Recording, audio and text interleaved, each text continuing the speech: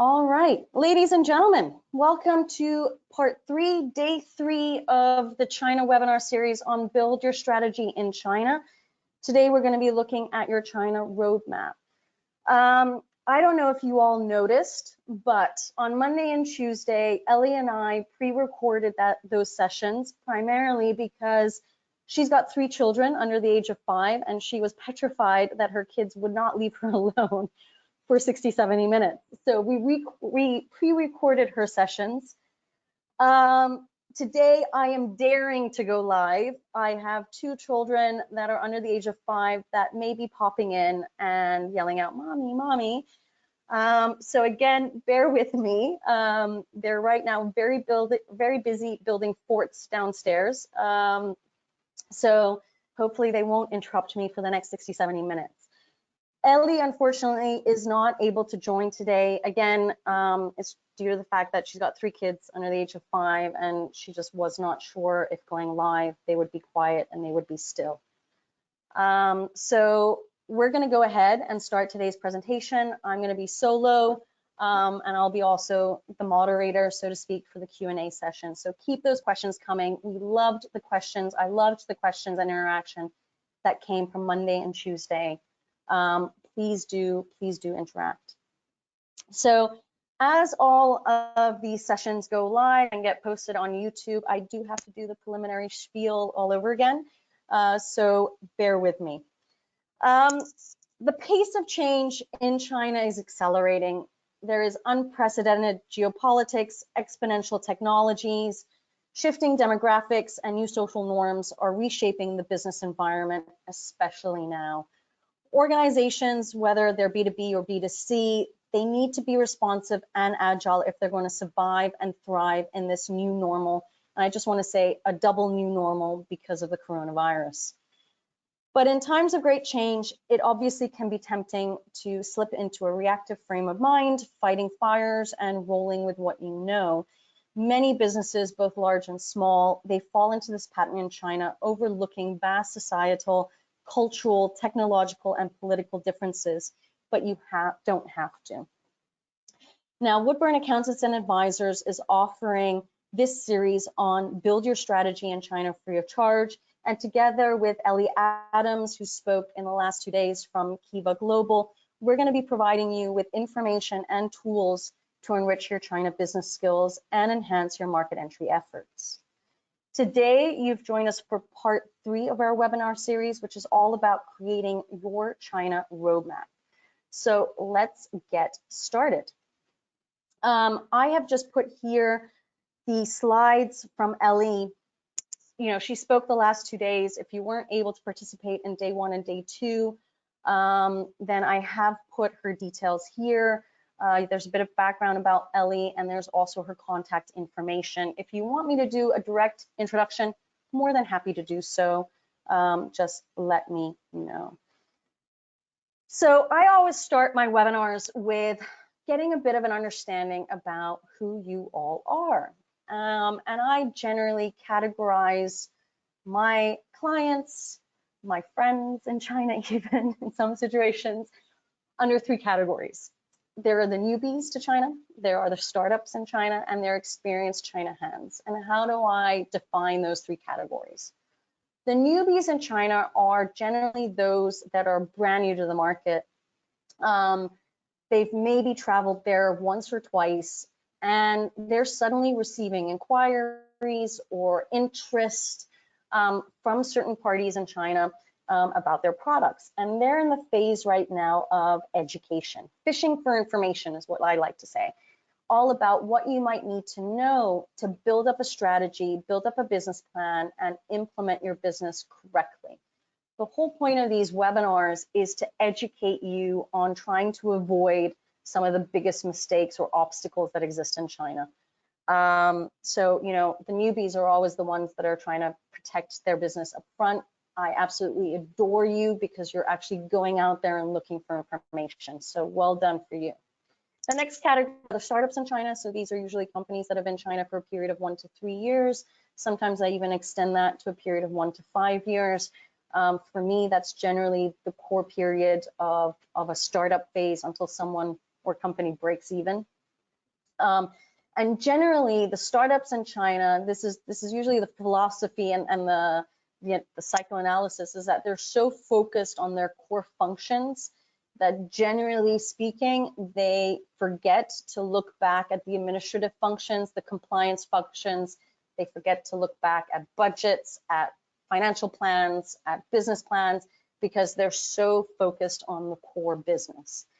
And hopefully, if you are in your startup phase, you're joining here today to get up to date on what you might need to do to regenerate your strategy and your plans for China. And then you've got the experienced China hands. Again, I adore these people because these are usually friends of mine or acquaintances or colleagues or peers that come join in on my webinars. You know, they've got, like me, you know, over 16 years of experience in China. You would think they know everything. Trust me, we don't know everything. There are consistent updates on regulations. There's always new and fresh ideas that I'm always learning about and educating myself on to improve my business, to continue to do it better, and to make sure that my growth is continuous. So very happy to have all of you that are experienced China hands also on. I would love it if you could tell me who you are. You haven't interacted with me in the last 2 days because I've seen a lot of people tell me what they are. I would love it if, you know, don't be shy. It's just all about typing. Type into the chat or question section, are you a newbie? Are you a startup? Are you an experienced China hand? It just gives me a bit of an understanding about the profiles and backgrounds of the people that are attending. See, Nina, thank you so much for interacting. Nina is an experienced China hand. Charlie is an experienced China hand. Peter is a newbie fishing for information. Love that, Peter. Thank you. Mike, Magdalena, all newbies. I really love it when you guys are interacting. I really appreciate it. Please keep on doing that in today's session. Now, how the webinar works. Again, last 2 sessions were pre-recorded, so there was not so many questions that Ellie could ask because it was pre-recorded. Today, I'm going to be as interactive as I can because I'm going to be going through the China roadmap with you. So I'll be teaching, I'll be educating. Please put questions, comments into the chat section question box. This is 60 to 70 minutes of your time. I know that most of you, if not all of you, are working from home. So you probably have a lot of time to spend on your hands anyway. And this is probably your me time away from your children, as it is mine. So, you know, be interactive. This is all free of charge. So ask us anything you'd like to ask us. Judy, in the intro before we went live, was asking me a little bit about the COVID-19 situation, and I'll pinpoint that on another slide in today's presentation as well. But just ask, you know, that's what we're here for.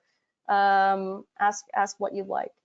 Well, how can I help you? So this is basically to put a picture to the voice. I don't generally use cameras for the webinars because especially for those people that are based in China as well as the Middle East, where there are firewalls and certain restrictions, that the connectivity kind of wavers. I'm thinking of changing that and making a visual. If you'd like me to be on camera, I would love to know it. I've never done it before, but if you would like that and you would appreciate it, then please type that in as well. Let me know. So who am I? My name is Christina Kohler-Kalucha. I'm the head of business advisory at Woodburn Accountants and Advisors. I am one of the leading experts on inbound investment into China, which basically means companies that are looking to go into the Chinese market. I have over 16 years of corporate services and compliance experience. That's been my core activity and my core function for the last 16 years. My brother has been in the business for 22 years, and his focus has been corporate services and compliance in Hong Kong. I'm an author of numerous publications. We post publications on a weekly basis on our website. And I've also helped roughly over 500 companies with their market strategy, implementation, and growth in China. And those are 3 words that I'm going to be reiterating in today's presentation because I'm also the creator of the China Roadmap program that we're going to be focusing on today.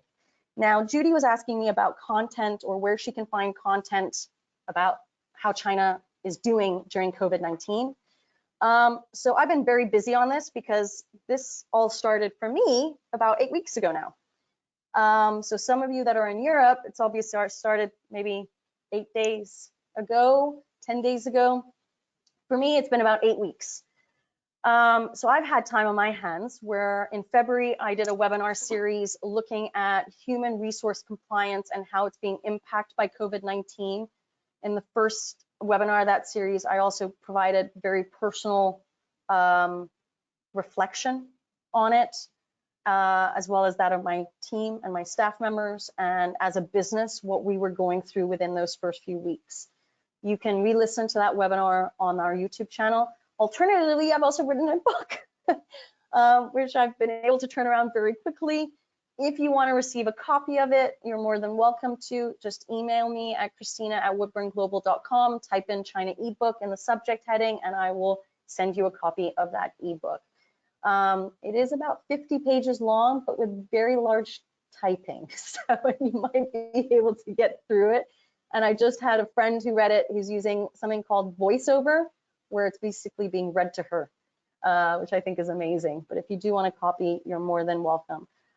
Just to give you a bit of an update, because Judy was asking me these questions, and I guess it might be relevant with some of the questions you might have on what's happening with China currently. And so just briefly, I'm not in China at the moment. I left to bring my kids out. They're 3 and 5. They were getting, well, basically, they were making me crazy. So we went out to Europe, where we're now also on lockdown, unfortunately. China's opening up. I just had a conversation yesterday with my head of client services, and she's working from home because she's got a daughter that she has to take care of. So my team are in rotation.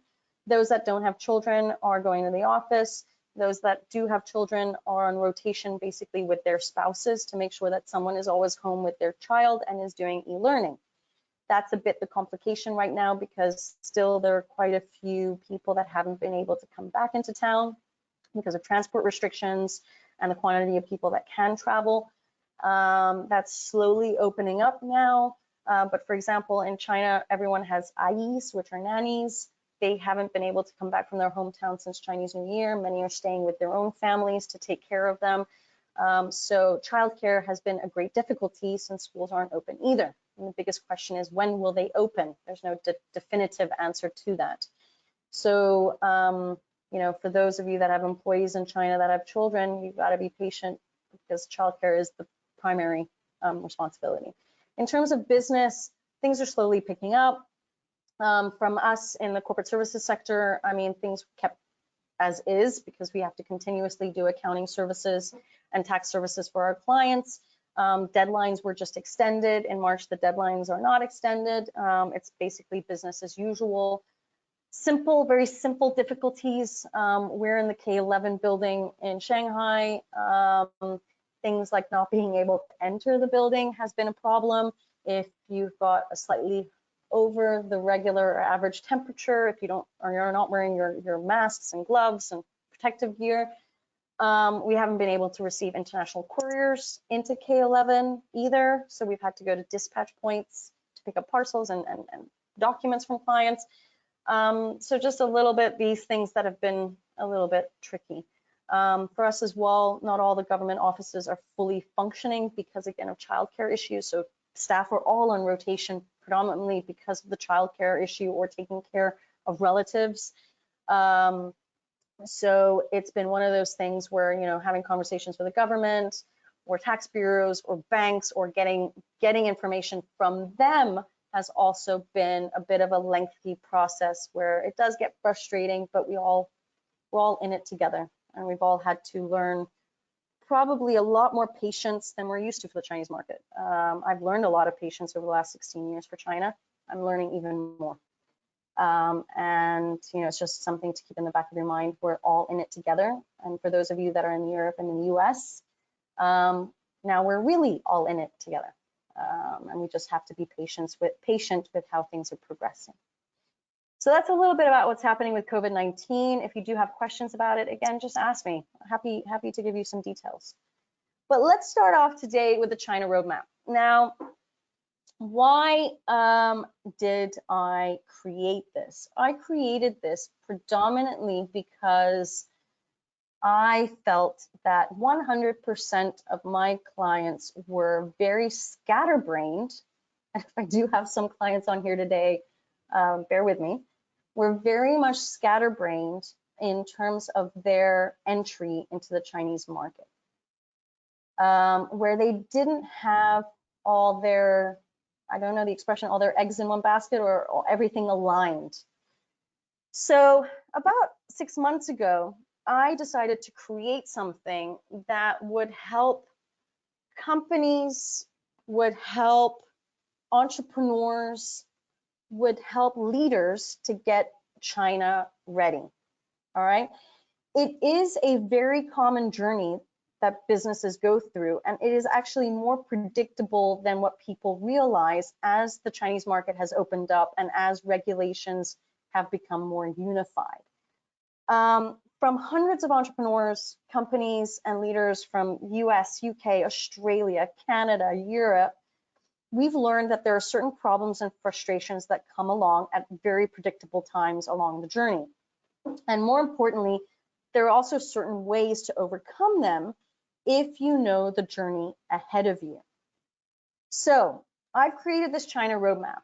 You can see on the column on the left, 3 milestones: opportunity, implementation, which I've misspelled, apologies, and growth. And then you have what I call the 9 China superpowers. A little bit of humor, since we need a bit of humor.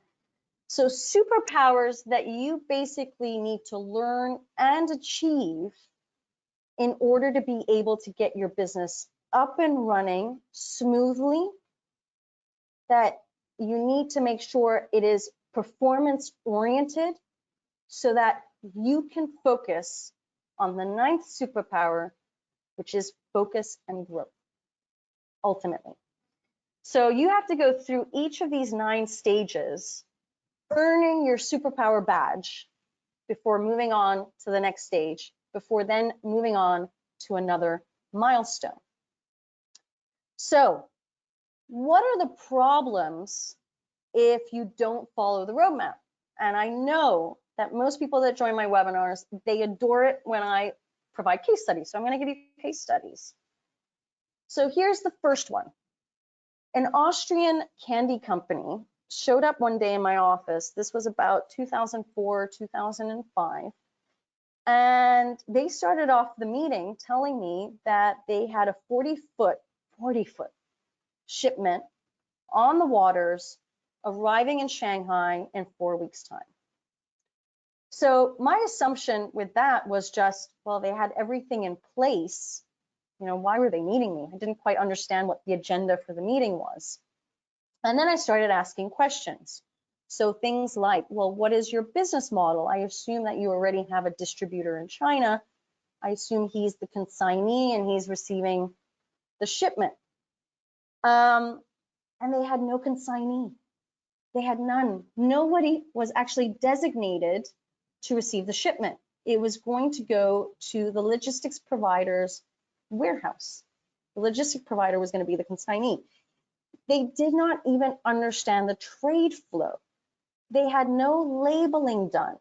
They had done no AQSIQ sampling. They had nothing that they needed to have for the food and beverage sector. I was very surprised at that time that the logistics provider hadn't given them any of that information, but that was the reality. So they had nothing in preparation, and their idea was, we're here in Shanghai on a business trip, and we're meeting you, Christina, to understand who we should be meeting to generate business for China. And they thought they were so well prepared. They wanted to meet with me so I could give them contacts. They didn't really realize I don't give that free of charge, that, you know, networks should be developed and built maybe through chambers of commerce. And they had so much, I mean, they left that meeting. Unfortunately, I had probably overwhelmed them so much that they left that meeting basically not sure what they were going to do. And ultimately, shipment arrived. It stayed for a couple of weeks and it was immediately sent back, obviously because of expiration dates. So research is creating new knowledge. It's all about educating yourself on what you need to know when you're going to the Chinese market. And trust me, they thought they were prepared. Okay, they just didn't know what bullet points they needed to achieve before sending a shipment. The next case study is all about preemption. Is obviously the best form of protection and the least expensive. Okay, so we had a company in China.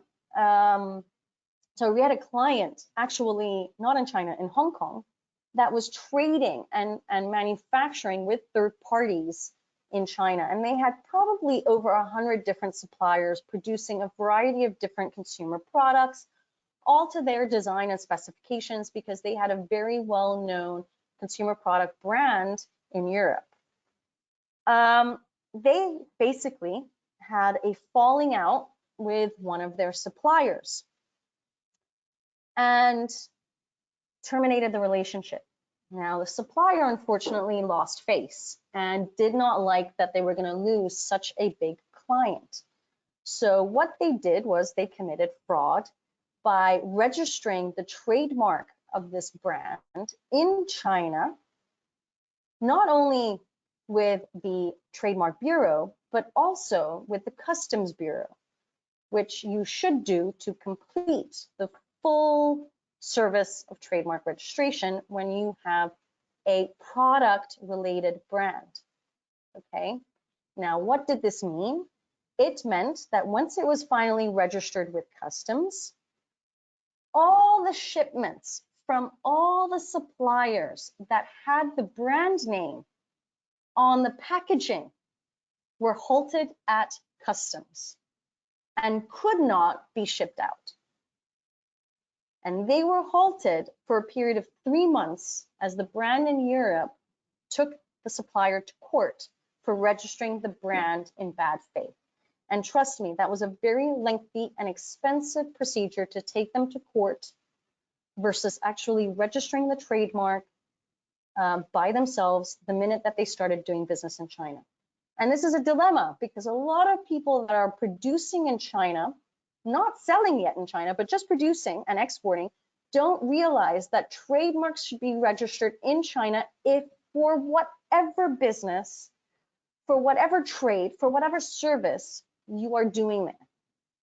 So for those of you that are online today, if you haven't registered your trademarks in China, you've obviously joining me today because you're interested in China. And as such, you should be registering your trademark today. Okay, so please think of that as a protection method. You don't want your business halted. Next case study we're looking at is pay attention to everything and the truth will reveal itself. You have to pay attention to all aspects of the China business, or have at least somebody help you to do that, because you will have people who, fraud you, very simply. So in this case study, I want to talk about an Australian leather producer that established a joint venture in northern China with a partner that had been producing their products for a number of years, that they trusted, that they liked, et cetera, et cetera. So they established a joint venture. They reached out to me at a point where they were 3 years into their establishment. So they were still pretty much a startup in China. And they asked me to provide the service of doing a health check and an internal audit to answer the all-important question of why were they not growing? Okay, so a lot of issues came or arose from this audit. The first one, all financial management reports were sent in Chinese to Australia. Nobody in Australia asked to have them in English. which meant for 3 years, nobody read any financial management reports. Nobody analyzed those financial management reports. All they knew were the big numbers: gross profit, cost of sales, expense, net profit. That was it. That's all they knew. They didn't go into detail whatsoever. Another thing that arose from this investigation was that there was a monthly transfer occurring from the local JV partner to what we then found out was his brother for no reason at all. The brother was not employed by the company. It was a transfer of approximately 50,000 renminbi a month that was going out. Think about the annual cost of that. And it was because nobody paid attention and nobody went into detail on the financials, which they would have found out the first transaction would have happened. And let's face it, because no one was paying attention, the JV partner tried to get away with as much as he could. Okay. In the meantime, the JV partner had also registered the brand name of the Australian partner. Okay, breaching any good, it was all done in bad faith, but they still registered the trademark, which meant that, the Australian company did have to go to court to prove that it was done in bad faith, et cetera, et cetera. Now, how do you think that this marriage ended? It obviously ended in divorce. The cost to the Australian company, including investment capital, 3 years of loss, the ultimate court case and the divorce settlement, and the reputation, and just the general feeling of depression, knowing that it went south. Now, look, I hate to blame clients because that's not really my goal. I try to encourage and motivate it, but in this situation, it was completely the fault of the Australian company for letting this happen. They let it happen. Okay, and I just want to highlight also here that in the joint venture contract, so the shareholders agreement that was signed, it actually had a clause within it stating that the Australian party could appoint a local CPA firm or accounting firm to handle the accounts of the company. They just didn't initiate it. All right, their joint venture contract was actually perfect, but they just didn't implement what was in it. So you've got to pay attention to your business. Pay attention to it in detail. So all these 3 case studies that I've offered you today are each part of the 3 milestones that I'm going to focus on in the roadmap. Okay, if you look at the candy company, it's all about the first milestone, which is evaluating the opportunity. The second one is all about implementation and making sure you're thorough with all implementation processes, regardless if you have an entity in China or not. It is just simply you are transacting in China, make sure you've got protection available to you and you've implemented everything. And the third one is, well, the biggest question from this client was, I'm not growing. Why am I not growing? Well, because you're not analyzing the numbers, you're not going into detail. How can you focus on any decision making if you're not looking at it? So what are we covering today? Right? Well, we're covering quite a few things because these are the situations that my clients are facing. One is you've got a dream for international expansion into China. You want to go there, especially now with COVID-19. China's slowly picking up. We're starting a bit of a second wave of the COVID virus, predominantly because students from the UK and US and other countries are coming back to China since things are closed in Europe and in the US and Canada. And unfortunately, they're coming back with the virus and infecting people. So there is a slight second wave that's coming in right now. Not as bad as the first wave, let's face it. It's going to be a little bit of a slight bump again, but again, there's going to be a faster recovery we're hoping for. So, you've got this dream of international expansion. You've got China right now that is going to be opening up. If I had to give my opinion, and again, this is just my opinion, I would say that by September 1st, China is going to be fully up and running again, if not sooner. And if you're doing this all by yourself, well, your dreams are probably turning into nightmares because you're realizing there are language, cultural barriers. You're not getting proper answers to your questions. You're just getting yes and no's with no explanations. and you're stuck. You're just very simply stuck. The other is the importance of creating a solid, flexible strategy, business plan, and budget. Now, this is something that Ellie focused on in the last 2 days of her presentations about creating a robust business strategy, a robust sales strategy, and she gave you tools there in terms of what you can do from your desk in terms of evaluating that type of strategy, and then ultimately going and moving on to a written business plan and budget. You've got to understand and know what implementation and execution models exist, okay? Nobody needs to set up in China. I want to emphasize that. You need to talk to people who will tell you what options exist, what phases you can develop. Trust me, I do not tell my clients to set up in China lightly. They have to be 100% sure. Otherwise, do it from home, okay? It takes 2 years to liquidate a company in China. I usually always start off with that. So don't set up a company in China if you actually don't need it, okay? You've got to know what execution models exist. And we're going to be talking about that tomorrow in a very long presentation.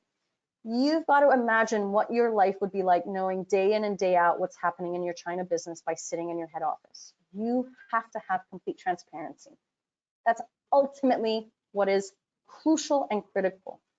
I am sitting in Germany right now with my family. I've got my team in China. I know exactly what is happening in my company day to day, okay? I know what my team is doing. You need to be able to instill an operational process to know and have that transparency. And if it's not you to know it, that your team, someone in your team is delegated to do that, okay? Hold on, let's move to the next slide. What else?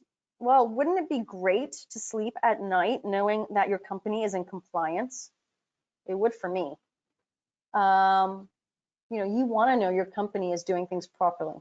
You want to know that there are no warning signs or red flags, right? But if there are warning signs or red flags, can you imagine a life where you have the solutions at your fingertips to fix them immediately? Right now, if there was a warning sign or a red flag, my first answer would be take a plane. We don't have that solution anymore. We've got to be more flexible. What would be the solution? Do you have an ecosystem or a network in China that can help you to fix that warning sign or red flag? Okay, we're going to be talking about developing an ecosystem in China as well. Imagine what your life would be like being able to read, understand, analyze financial data for your China business. All right, I have been on several calls since January with companies that are based in China looking to change service providers because they've come to the final conclusion that they have no transparency or understanding of their financial data. And when they have questions about VAT or they have questions about how things have been booked, they're not getting a clear, transparent answer, which means that they're at a stage now of not knowing how to expand their business, grow their business, or even potentially go into a new service line or product line. Okay, they've no idea. They're halted, they're stuck. How amazing would it be if you could avoid many common obstacles that companies have already faced and instead focus on growth? Now, I've got 16 years of personal experience of dealing with my own company in China. Trust me, I've had my fair share of obstacles. I've had my fair share of dilemmas. I've had my fair share of money coming out of my budget to fix it. Let me share that with you so that you can avoid those, right? You've got to have an ecosystem of people where you learn about the war stories, you learn about what not to do in China, you learn about how to do things properly. And this is the whole point of the China roadmap, is to put you on that path. So what are the four biggest problems that lead to companies and entrepreneurs spending over budget, which is really the ultimate dilemma that people face? Because number one, they're not looking at their budgets. They're turning a blind eye on it. And number two, they don't even read or analyze the actuals that are popping up in their email inboxes. So the first is lack of communication. We all know that you're probably sitting in your home office. China is a 7, 8, 12, 13, 14, 15 time zone difference. Lack of communication should not be an issue. WeChat, Zoom, GoToMeeting. You have all these video conferencing abilities to call somebody immediately when you don't understand something, okay? Lack of communication should not be an issue. Time zone should not be an excuse. Turning a blind eye, very common. Like I said, that Australian company completely turned a blind eye on their business. They didn't go into detail. Ethical situations, what's the most common phrase people hear? Oh, well, that's China. We just have to deal with it. Wrong. We are now in 2020. That's something I said in 2002, 2003 when I was first doing business in China. Yes, that was China back then. We're in 2020. It is modern days. We don't have to get into those ethical situations. If your gut is telling you this transaction is not right, or this is funny, I've never experienced this, don't say that's China. Ask the question to somebody. Is this right? Do you think this is normal? I don't know. If the answer is then yes, okay, well then that's China. The answer is no, fix it right there and then. Communicate and talk to people. Hiring, always a big problem, and we all know that. You know, employing talent anywhere in the world it's a global issue of finding the right people for your team. But you don't want to hire inexperienced people because they're cheap, and you don't want to hire inexperienced people and then on top of that they're expensive. You really want to find the right people that have that China experience to help you build your business and have that vision, okay? And last but not least, you don't even, I mean, this is the whole point of this webinar series, especially when I was talking to Ellie. You cannot imagine the amount of people that come to me with no business plan, no strategy, and no budget to fall back on, okay? Please, please, please, that's critical. That's the whole point of this webinar series. You need to have a business plan. You need to have a strategy, and you need to have a budget that you can fall back on. So what is the solution? Well, the solution is the China roadmap, okay? Now let's get going on the first milestone. So the first milestone is all about opportunity. It's about developing awareness, okay? This is stage 1. So you're identifying whether China has an irresistible opportunity for you and your company. You've been reading in the news, in the media, you've been reading at industry-related stats and data, you've been talking to people about China, you've seen your competitors going into that market, and you are at a point now where you need to identify whether there's an opportunity in China or not.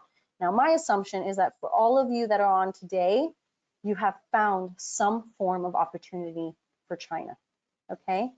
But we need to now calculate the return on investment on that opportunity.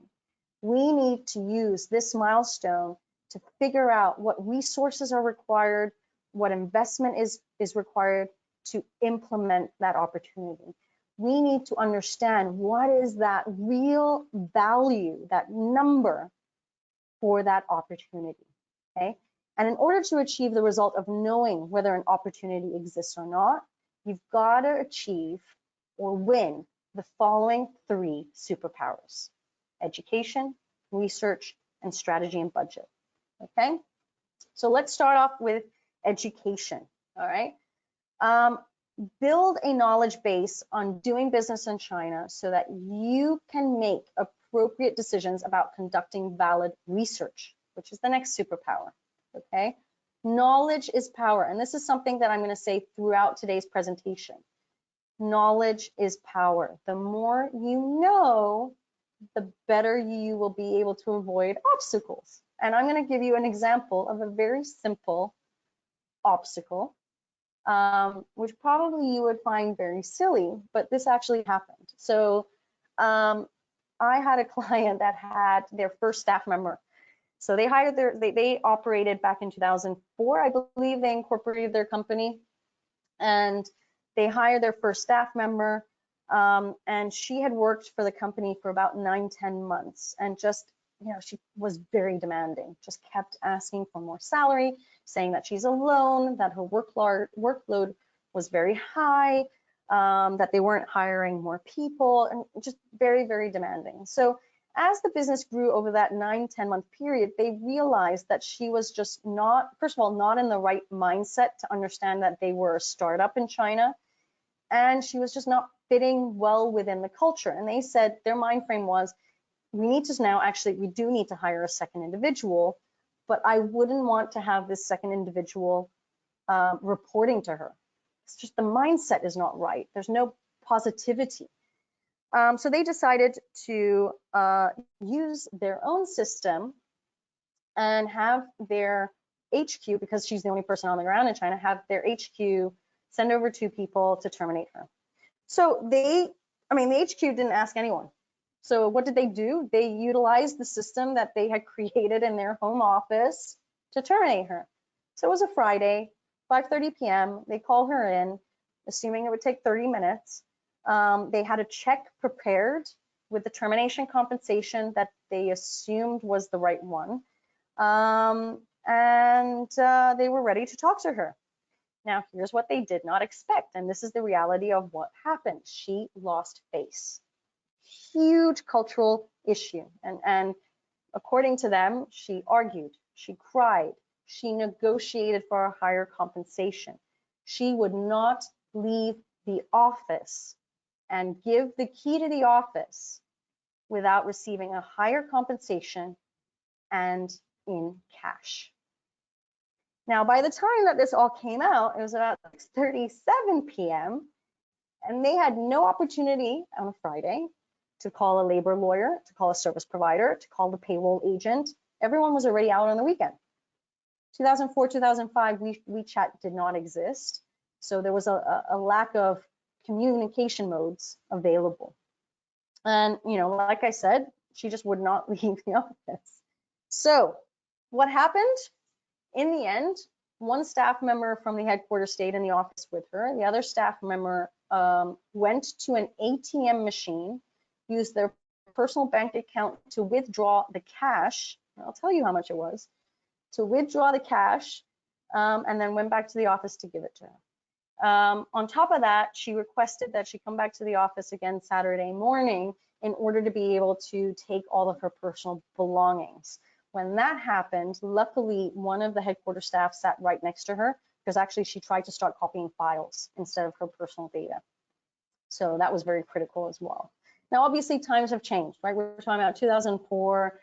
There was lack of, privacy data. I mean, there was none of this that existed in China.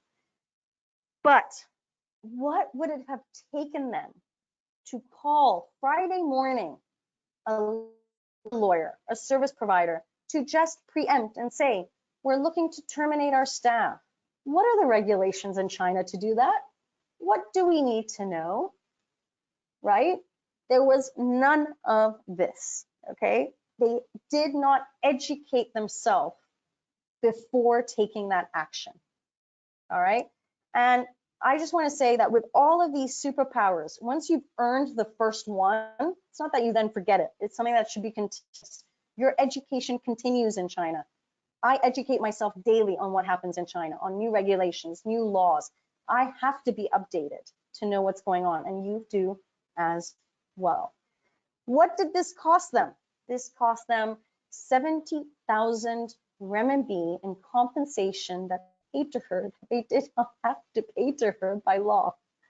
And you've got to imagine, I don't know if you've all been to China or taken money out of an ATM in China, there's a 3,000 renminbi limit on withdrawals. That poor staff member was standing at the ATM machine for 45 minutes withdrawing 70,000 renminbi in cash. Okay, I laugh now because this was a good 15 years ago. We can laugh about it now, but it was a very big mistake. And it cost a huge amount out of their budget for their first year of operation, right? They were at their 10-month frame. So education is critical at any point in the game. And then a variety of education that you can learn. And here are all some very good tips. There are lawyers in China. They write, they conduct free webinars, especially now with COVID-19. They provide informational sessions. They even do free face-to-face meetings. You've got corporate service providers, not just me. There are thousands of corporate service providers out there. They produce articles, they produce webinars, they produce informational sessions. You've got chambers of commerce, right? You've got, in Shanghai, for example, you've got the American Chamber, the British Chamber, the Canadian Chamber. Oh my God, you've got the German Chamber, French Chamber. You even got all the Scandinavian chambers. You've got hundreds of chambers of commerce that are even out there to give you webinar information. There are networking events, informational sessions. There are China country associations. So if you're from the UK, you've got the China-Britain Business Council. You even have a great Department of International Trade. If you are in the US, you have the US-China Business Association or Council, I believe. You've also got Invest Hong Kong. You've got the Hong Kong Trade Development Council. In Germany, there are 3 China-related associations, China Forum Bayern, Ostasiatischer Verein, the Deutsch-Chinesische Wirtschaftsvereinigung. In France, I believe there is also one, I'm not familiar with it, but you all have these China country associations in your jurisdictions where, again, if you become a member, they've got newsletters, webinars, networking events, informational sessions. You've got the EU SME Center. So if you're all based in the EU, you've got this center that even provides free research reports if you subscribe to them. Come on, guys, plenty of information where you can do your own educational learning, and this is all where you can get it. And a lot of it is free of charge. Not even kidding, it's free of charge, people. So superpower number 1 is educating yourself and continuing to educate yourself on your China roadmap. The next one is research, and people really underevaluate research. So Ellie was highlighting this really in her last, her last 2 presentations, and she gave some great case studies on 1 or 2 clients when they finally did their proper research and what to really look for and what tools to use, that they came out with completely different research information than what they had thought of. So, utilize people to do research for you, for your sector and your industry. I've listed a couple of research types here: market segmentation, product testing, advertising testing, satisfaction and loyalty analysis, brand awareness, price research, competitor benchmarking. You've got to do that to really evaluate whether opportunities exist and to what extent they exist in China. Okay. Now, Ellie's company, again, my whole goal here is really not to sell you our services, but I want to help Ellie out as well. Ellie's company does everything about strategy development, and that involves the research component. But again, there are hundreds of companies out there that do this, and they're not so effective as you may think. So really think about that research component. If you want to do some of the research yourself, okay, you can also do online desktop research. You can also generate surveys and post them through WeChat groups or other type of platforms. You can do interviews. You can utilize the network of the chambers of commerce to do those interviews. You can even go and do observations yourself. So my husband works for Ferrero. I can't even tell you, wherever we are in the world, he will go into a supermarket and be in the candy aisle himself to look at, first of all, and he's a finance guy, he's going to look at how the products are positioned. He's going to look at their pricing, just to gain more data and information himself. And it also gives him a visual. My husband and I are very visual people, and we understand more through visual content. So, if you're like that, then do the field work yourself. Ellie and I had a very interesting Q&A in the last 2 days, all about whether it's better to have someone on the ground doing that form of research that works for you, or using a company to do it for you. There's pros and cons to each. You guys kind of have to go through the 5 WHs. I hope I'm saying that correctly. To understand your considerations and know if that's the right move you should make. But research is so vital. And I just want to emphasize here again, research is continuous. You don't do it once, know that the market is great for you, come in and never do it again. You need to do price benchmarking studies all the time to know at what level you are with your competitors. You need to do focus groups all the time to know, do people like your product? Okay, it's something that has to be continuous. The next superpower, and I can't emphasize here how many people don't do this. I mean, honestly, how many people really don't do this? Strategy planning, business planning, and budgeting. The budget thing is something that always kicks me in the butt because people really don't do that. You need to, so I'm really upset because in the past, when you were incorporating a company in China, the government asked you to submit a feasibility study, which was like a business plan, and you had to add your budget. Some people took it seriously, some people just picked numbers inside, which was not really the way you should have gone, but it forced people to put something down on paper. And unfortunately, now that you no longer have to do that, I'm in a dilemma where I'm having to force clients to say, can I see your business plan? Just so I know what's your China journey going to look like in the next 0 to 10 years. I even ask clients, you know, if you want me to be your accountant after the incorporation, can I look at your budget just so I know that it matches with the registered capital that you're putting into the company? So I sometimes do get annoyed when people don't do it. I can't even emphasize how important it is to do it and how you have to continue to do it year on year on. I created a fantastic 2020 budget, business plan, and strategy development that all went into the dustbin come January 28th.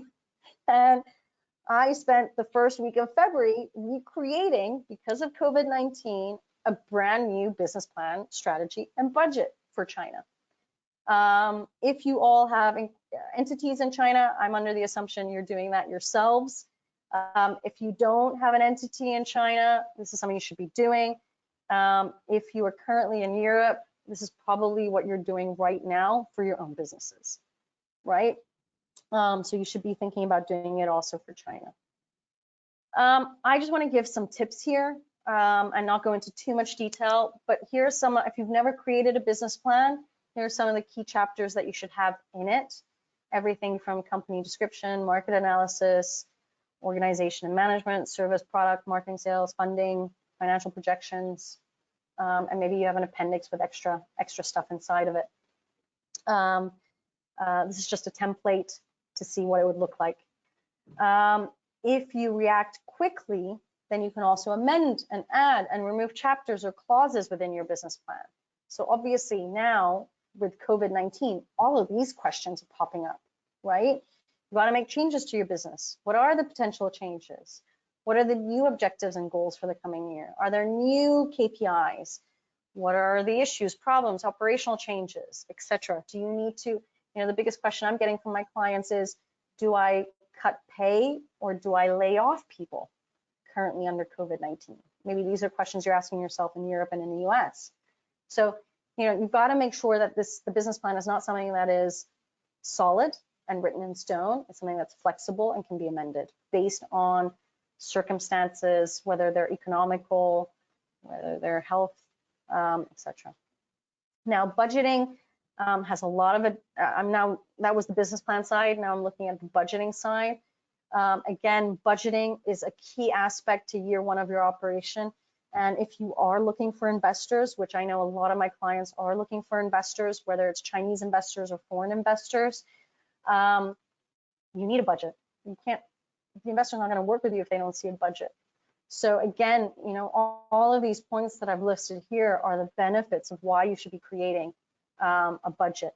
Now, if you're in year two of your operation, so some of you have said that you're experienced China hands or you're startups, then, you know, the benefits of obviously budgeting for year two or onwards is that you have a continuously updated budget that keeps you financially stable and in control to make decisions. Okay, year one is always tough because there's so many unknowns. But once you finish that first year, year two, year three, year four, the budget just helps you in your decision-making process for so many things when you compare it to the actuals, okay? It's a tool that you should be using. One of the biggest, these are all questions that my clients currently under COVID-19 are facing because they've had to change their budget. So now the biggest questions that they're asking themselves is, well, they asked these questions already in December, November, December, but now they're re-asking them based on the current situation, which is, do we change pricing? Should we think about other markets? I was on a call with a client this week where he can't do, currently it's physically impossible to do testing, which is part of the research phase. So they are going with a new strategy for a new product line where the testing would be possible to do in China, where it's opening up now. So, you know, are you going to figure out new products, new, you know, service lines, et cetera, et cetera? These are questions that people are asking themselves right now. And that's, you know, I wanted to relate that a little bit to COVID-19. With the strategy, so Ellie didn't highlight this, and I really did want this to be highlighted. With the strategy, with the business plan and the budget, don't rush yourself. When you're working with a provider, and this was a question I raised to Ellie, you know, how long does it take to come out with the research?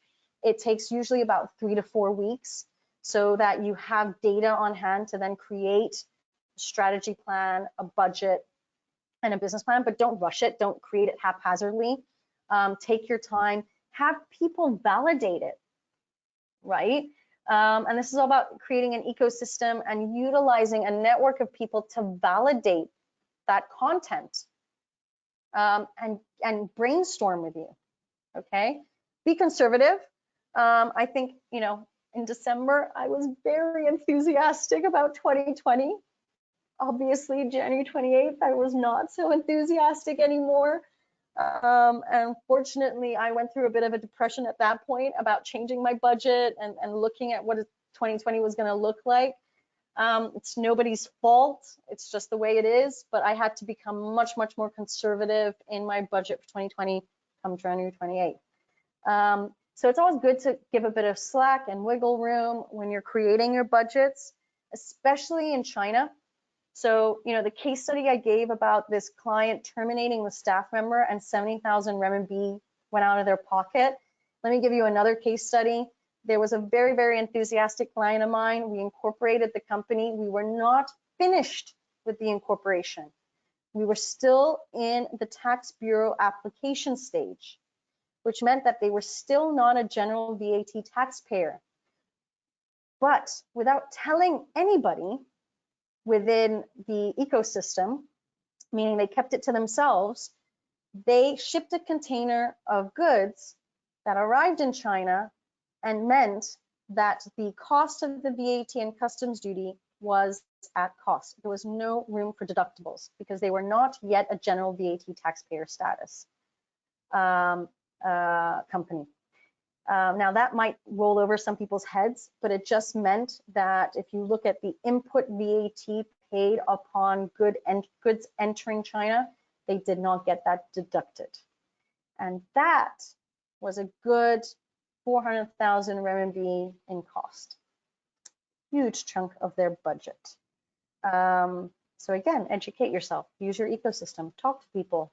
Lack of communication is always a very big issue, but give yourself some wiggle room for case of emergency funds for China. Now, I mentioned here start early. I just say that because in China, the fiscal year is January to December. So if you're looking at your year 2, year 3, year 4 of operation, you want to start creating your budgets probably in October, November for the following year. If you're a newbie, you've never been to China, it's your decision when you're going to start. So create your budgets and business plans and strategies when you like and when you're ready, when you're basically China ready. Don't forget, monitor, evaluate, and reforecast.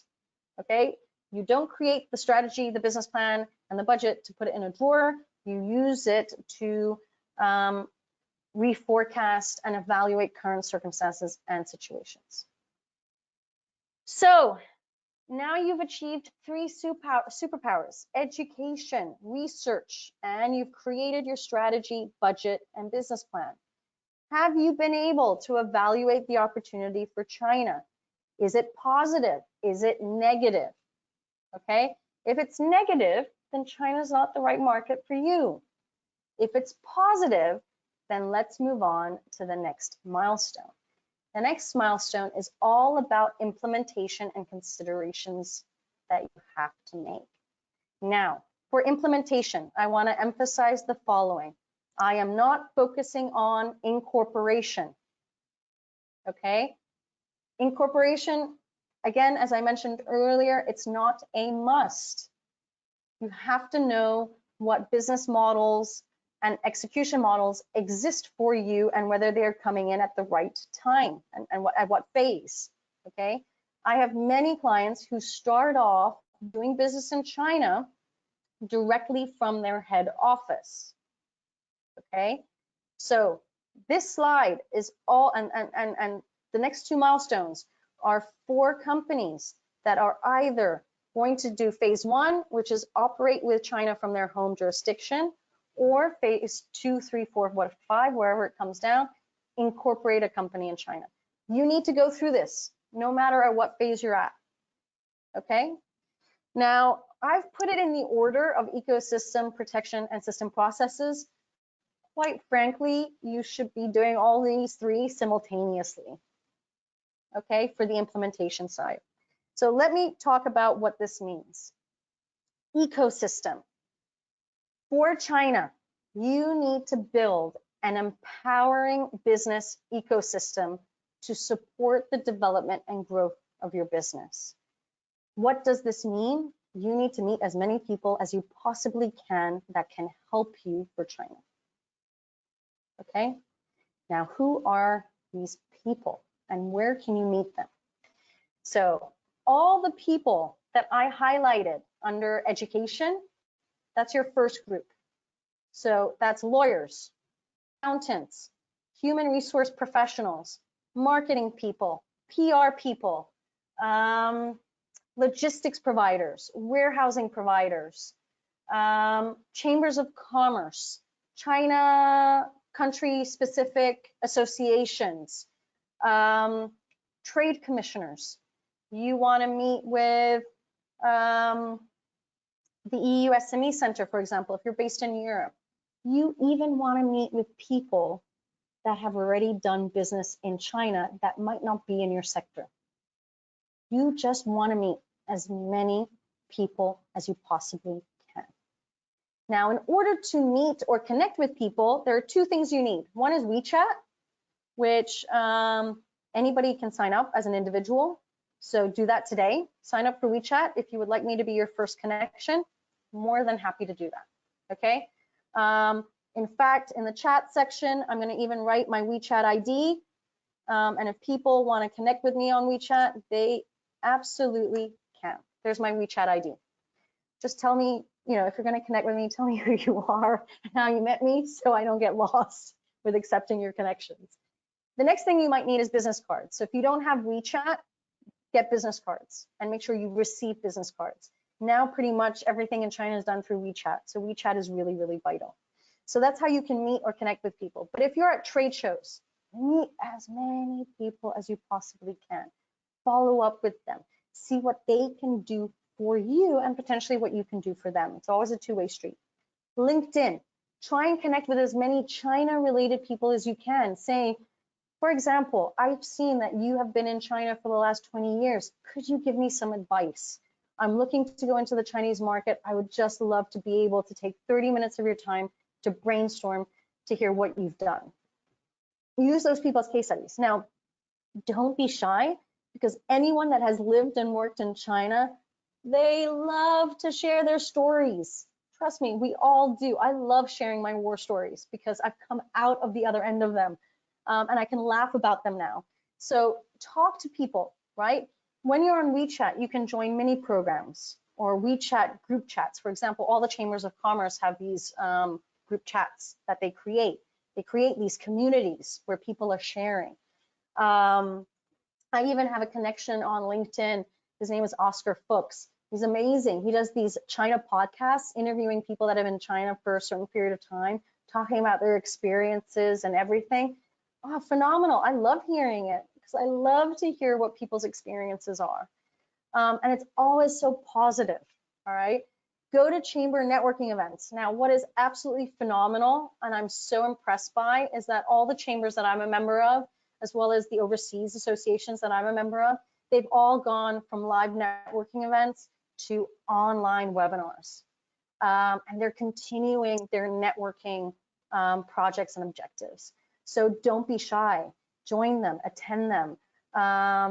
Obviously nowadays you can't distribute a name card or a QR code for the WeChat, but you can still try and network with people and learn and educate, okay? This ecosystem is fundamental for your China business.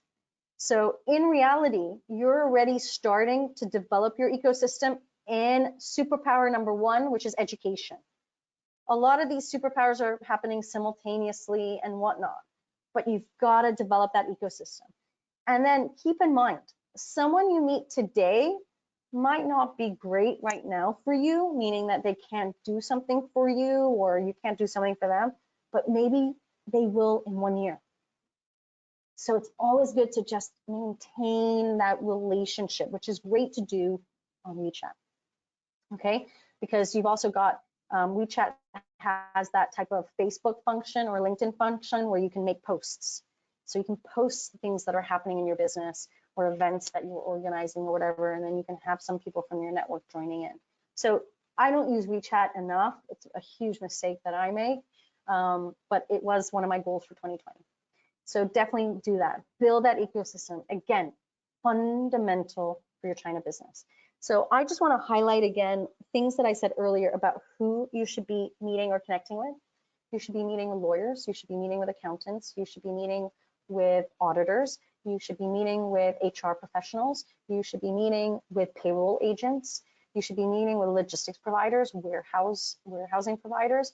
Maybe you want to talk with companies that do digital marketing. You want to talk with companies that offer public relations services. You want to talk with companies that do risk evaluations. You want to talk to research companies. I tell you, the list goes on. Okay, you want to create that ecosystem. You want to know as many people as you possibly can. Now, all I can say is Europe and the US is very different in this mentality, where people don't give out name cards. This shocked me when I went to a networking event a few years back, and no one gave out name cards because they're so scared of receiving spams. Okay, understandable, but I don't know how you generate business without giving out your contact information. So in Europe, the mentality and the mindset is really very different about meet and connect than it is in China. If you are from the US, Canada, Australia, Europe, you got to get yourself away from this mindset and just accept the fact that you'll be spammed, but with a lot of educational content, and that you should decide whether to read or not. I get a lot of newsletters and emails that I don't always read at once, but I save and I put in a separate folder, because when I do have time, like now during COVID-19, I have caught up on a lot of that reading material. So definitely think about doing all of that. Okay, so the next one. Sorry, I know we're running out of time. I really apologize. The next one is protection. And again, all of this should be happening simultaneously, like I highlighted. Protection is so critical because you want to protect yourself as an entrepreneur or business owner. You want to protect your business. You probably want to protect your team. You want to protect your intellectual property. You want to protect your system processes. You want to protect your patents. There's so many things to think about in terms of protection. Fraud exists in China. I highlighted it earlier in a case study where a client didn't register their trademark in China. You've got to protect yourself on this. You may have very high expectations going into China because it's a new market and it's a new business culture. Be prepared for all the obstacles. You want to protect yourself from the get-go, okay? In addition to that, because you're physically not based on the ground, you may have misplaced some trust and loyalty in employees and suppliers and customers and joint venture partners. So you want to make sure that whoever you're partnering with, the least that you can do is be protected, and that you've thought of all the bullet points in terms of protection. Most importantly, I want to highlight this because this is a fact. It is very simply a fact. It can and probably will happen to you at some point in your China journey that someone will fraud you or be dishonest with you, or where you'll lose trust. It has happened numerous times. It's always disappointing, but it will happen. So how to protect yourself and your business. And I've listed 7 points here at the minimum. First is intellectual property and everything that encompasses. Corporate governance, due diligence procedures. When you're incorporating in China, think about the use of company chops and licenses. Do you have system processes? And by system processes, I mean operational guidelines for trade transactions, for service transactions. Do you have operational guidelines for inventory and warehousing systems? Do you have a solid financial accounting system in place? I mean, there's so much more. You know, I could go on for a whole webinar just on that. So this gives you an idea. You've got to protect yourself and your business, okay? Now, the next superpower is all about system processes. Now, this is what people think when they are a newbie and a startup to China. And I'm going to give it in the shape of employment. So generally, you've employed one person. And I'm going to ask all of you this. For those of you that are startups in China or experienced China hands even, how many of you have employee handbooks? Tell me. I'm curious to know. This is a big thing, because clients will start off in China, they'll incorporate a company, they'll hire the first person. Either they'll hire them through their own entity, or they will use an intermediary to do the hiring, all right? A type of incubation service or PEO service, okay? And then I always ask these clients, and I raise the question, okay, well, I mean, it's mandatory to have an employment agreement. And, you know, they realize, okay, yes, we need an employment agreement. We need it under China law. Okay, that's clear for them. Then I'm like, okay, just in case, you may also want an employee handbook so that you have the guideline in case you need to terminate. And you have the operational guideline on how to terminate. Warning letters, how many warning letters, what constitutes a warning A, a warning B, a warning C. You also have in the operational guideline or the employee handbook, how many days off does a employee have? What are the rules on maternity leave, on sickness, on death in the family, et cetera, et cetera, et cetera, et cetera. You have an operational guideline for the employee and yourself on how to conduct, you know, yourself within the business. Nobody wants to pay for that. Zero. Nobody wants it. Oh, Christina, we only have one staff. Do we really need it? No, nobody needs an employee handbook. It's not, you know, it's not written in PRC law that you need one. Should you have one? Yes, because like the client previously who terminated after 9-10 months, did they have an employee handbook? No, because you saw the outcome, right? So creating the employee handbook it just highlights to you one system process, one operational guideline between you, the company, and your employees onto how to act, behave, and how you should operate. Now, I have had clients who have had over the years a lot of turnover in their head office and have had a lot of turnover in their China subsidiary, but with no operational guidelines and management directives in place so that when new staff came in, they could read those and knew exactly what to do or improve efficiency. Because again, system processes are flexible, should be adapted based on circumstances and situations. So system processes are just vital to help you if you are having issues with turnover of staff, okay? Operational guidelines, management directives. On occasion, you should be doing health checks and internal audits, not every month, but every so often. You should be thinking about, you know, who you're appointing in certain positions. You should, you know, get help from your ecosystem, right? Do you have marketing guidelines? Has anyone ever thought of that you need to abide by for in China? And then obviously, as is the milestone, you have to implement these operational guidelines and these systems. And obviously, when you're a startup, this is all going to be chaos at the beginning, right? But as long as, and you know, because of the chaos, you can improve on and make better the operational guidelines. So think about those. Preemption by action is your best and most importantly, least expensive form of protection. So the biggest question, have you been able to implement your strategy successfully in China? Have you developed an ecosystem that can help you? Have you thought about all the protective measures you can take, and have you implemented those? Have you created operational guidelines? Now, I just want to highlight here, system processes. Again, you don't have to be incorporating in China to have an operational guideline on how you should do business with China. I have a lot of clients that are transacting in China for service-oriented transactions, and they don't have an operational guideline about contract draft, invoicing, what they need to know from a tax optimization perspective, what they need to know from a cash flow perspective, what they need to know from a bank processing perspective. Should they open a renminbi account in their head office or not? You can incorporate and implement all of these superpowers, even if you're not incorporating an entity in China. You should be doing that. So hopefully you're successful at this. Now, I can tell don't do any of this. They don't have the bullet point list that they go through to create all these strategies, and then obstacles arrive, which means that when you hit the third milestone, there's no growth.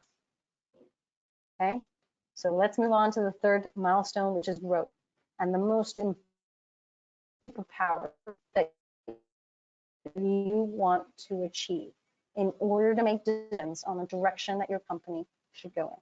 First is numbers. You want to create a sound accounting system for your organization, whether on the ground in China or from your headquarters. Okay. Ultimately, your goal with superpower number 7 is to be able to look, read, and understand the Chinese financial figures. You want to be able every month to ask questions. You should be asking questions. In China, you are required to issue financial management reports on a monthly basis because VAT is paid monthly. So the government is telling you to read it monthly, and you're not reading it monthly. Nobody ever reads their financial reports monthly. It's so frustrating. I only have one client at the moment who's following my instructions, and we even have calls every month because he's being so proactive with me, asking me questions where I say, you know what, let's hop on a call. Let's go through all your questions and discuss it. And in those discussions, we then analyze together. I love it. For me, it's super interesting. That's actually the best part of my job, is looking at the direction that my clients are going into.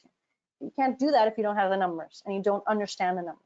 Now, most companies, again, from a cheapskate perspective, because they haven't looked at their budgets properly, they go with very, very, I want to say good Chinese CPA firms who don't speak a word of English. Because they're cheap, they go with them. And because they have a Chinese staff, who, mind you, is not a financial person, because that first person you're hiring is probably a sales guy who only cares about revenue. And you expect him to translate it for you. He's not a finance guy. How's he going to be able to communicate with you?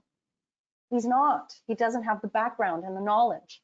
So step away from the cheapness of everything, focus on quality. You know, you're going to find providers out there that are good quality. And again, I don't want to sell Woodburn. There are thousands of us out there. I have peers out there that I also collaborate with that offer great service, good quality, and not as expensive as you think for the long-term vision that you will have for your company. All right. The next point is analyze. There is absolutely no point in creating the numbers. There is no point in paying a cheap CPA firm that doesn't speak English to create numbers if you can't analyze them. All right. You got to be able to analyze them. You got to be able to interpret them. Okay. What are the numbers telling you? Most importantly, can you compare your actuals, the current status, with your budget, and where are you at?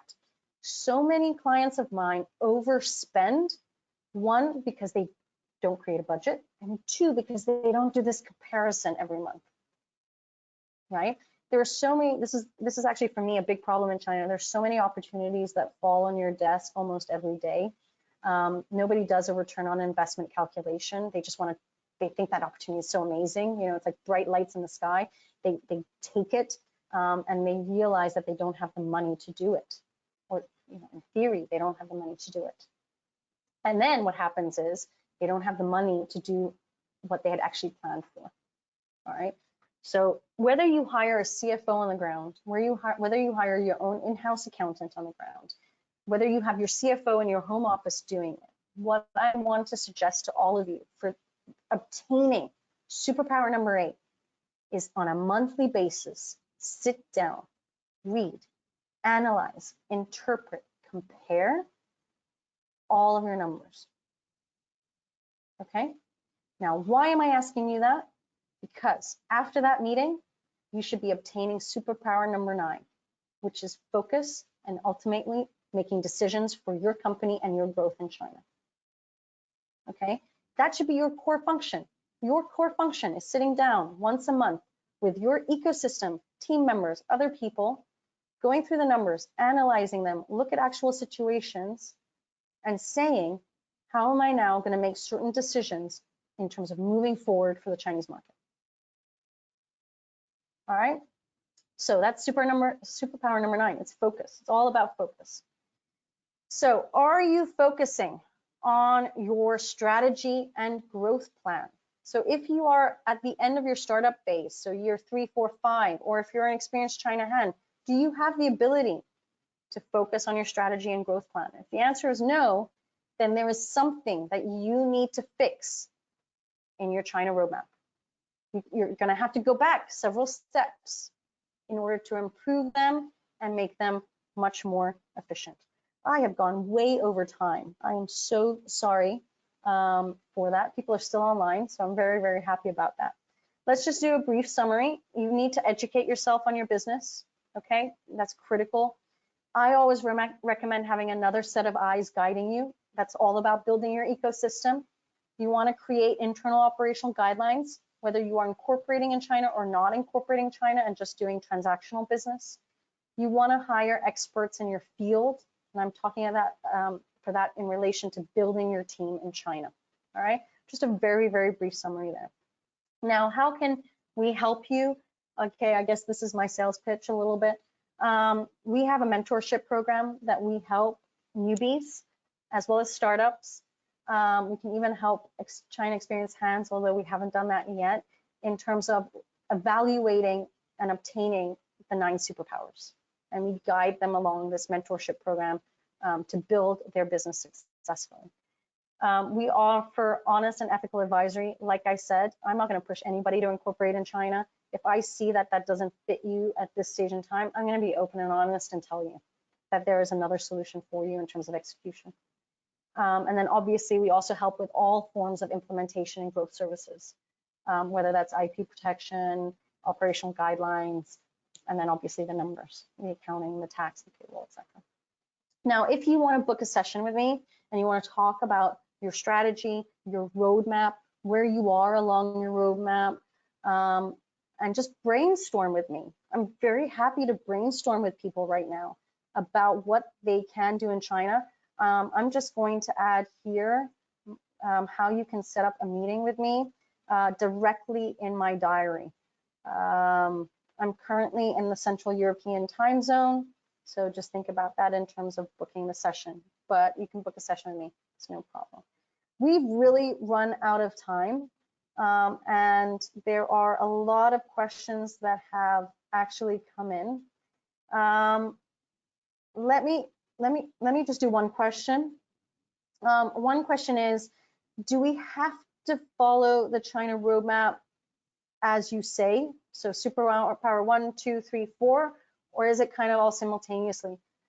It is all simultaneously. So, you know, education should be done with research. It should be done with thinking about a strategy and starting to write a business plan. Building an ecosystem should already start at the point of developing your education. Protection should happen at the point of the education, because the minute you start reaching out to certain people, you're always going to be in risk of people stealing your your IP, in whatever shape or form that might be in. System processes can also be developed once you have a clear opportunity at hand. And again, all of these things can happen simultaneously. The numbers, the analysis, and the focus, that happens regardless of whether you have an entity in China or not. It is related to your China business. So even if you don't have an entity in China, that is something that should come hand in hand with each other, all three of those superpowers, and should be done at least in the head office. So I'm going to leave it there. For those of you that I didn't answer questions, I apologize. I also really apologize for running out of time. Again, if you want to set up a session with me, please do. Otherwise, register for tomorrow's session, all about execution. Excuse me. I did not know exactly how to formulate that presentation because there's just so much to say. So I'm giving a lot of case studies and examples on it, and you're more than welcome to join for tomorrow's session. Last but not least, so Ellie and I pre-recorded the last two sessions, and obviously with COVID-19 now appearing in Europe, we're not going to be doing a live face-to-face session in London. That's just not going to happen. So we're planning on doing an online workshop, a full day workshop, probably from 10 a.m. to 4 p.m., all about developing your own China strategy. So we've got workbooks, we've got the China roadmap to think about, and it's going to be a day with Ellie and myself and with a group of people about building your strategy for China, brainstorming about ideas on what you're doing and what you're thinking about. We planned it for May 6th because that was when the live face-to-face event was going to be. If you would like that to happen sooner, let us know. Communicate with us whether it's of interest. It's obviously going to be a lot cheaper than what we had planned for the live session because it will be online. But email me, Christina@woodburnglobal.com, if you want to know more about this online workshop. We're probably going to use GoToMeeting for it, and then do it all through camera so people can see each other.